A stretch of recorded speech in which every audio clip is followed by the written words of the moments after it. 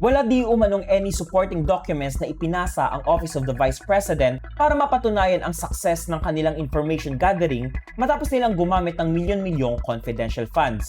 Si Roderick Wamil, dating auditor ng Commission on Audit, ang sumalang bilang ikatatlong witness ng prosekusyon sa Article 1 o confidential funds sa impeachment trial ni Vice President Sara Duterte. Sabi ni Wamil, walang ipinasang mga dokumento ang opisina ni Duterte tungkol sa kanilang expenses gamit ang confidential funds. Wala na po silang sinamit na any document na support or evidence, document evidencing the success of the information gathering activity on account of the information given by the informer. Ginit na dati pa ng kampo ni Duterte na confidential ang kanilang activities kaya hindi nila dinidisclose ang anumang impormasyon. Pero sabi ni Wamil sa prosekusyon, pwede naman nila i-disclose kung saan nagamit yung pera gaya ng kung ano-anong mga nabili nito at saan ito nabili na hindi naman kailangan isikreto.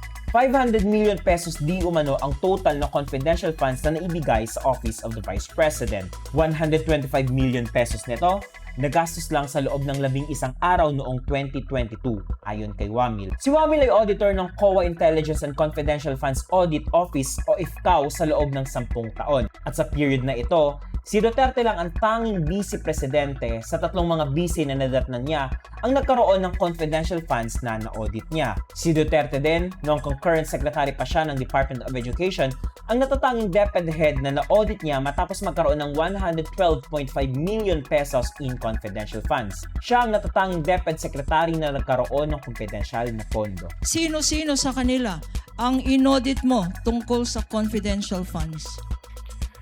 Ang buhat po nung nag-assume ako nung 2014, tanging si Vice Presidente Sara Duterte lang po yung aking na-audit na may Bakit, confidential fund.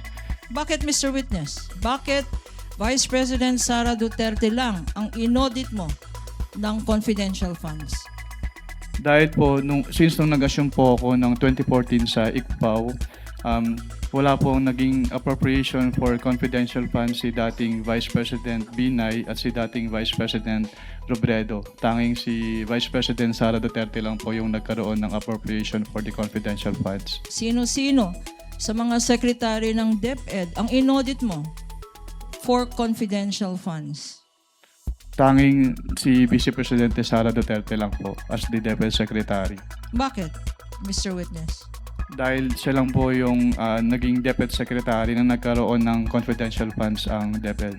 Nilatag din ni Wamil ang guidelines ayon sa Joint Circular sa paggasta at pag-report ng confidential funds. At ayon sa kanya, di nasunod ng OVP ang kanilang pinasang 2022 financial funds, disbursement voucher at accomplishment report ng naaayon sa Joint Circular. Si Mary Grace Piatos, Renan Piatos, Nova Santos, Nico Harina, Patiting, Fiona Bong, Gabriel Bisaya, Cisfreno Balsac at Andy Lim ang ilan sa mga individual na di umano'y nakatanggap ng confidential funds mula sa opisina ng Vice.